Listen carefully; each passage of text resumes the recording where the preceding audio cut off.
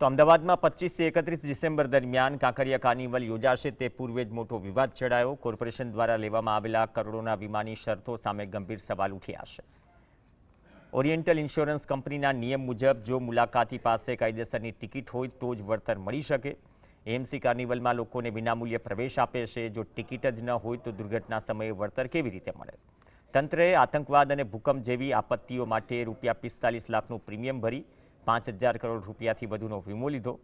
વિવાદ વધતા સ્ટેન્ડિંગ કમિટીના ચેરમેને તાકીદે વીમા કંપનીની આ ટિકિટ ક્લોઝવાળી શરત તાત્કાલિક દૂર કરવામાં આવે તેવા પ્રયાસ કર્યા છે, જેથી મુલાકાતીઓના હિતમાં સુરક્ષિત નિર્ણય રહે। કાંકરિયા કાર્નિવલની અંદર કોઈ પણ જાતની ટિકિટ લેવામાં આવતી નથી।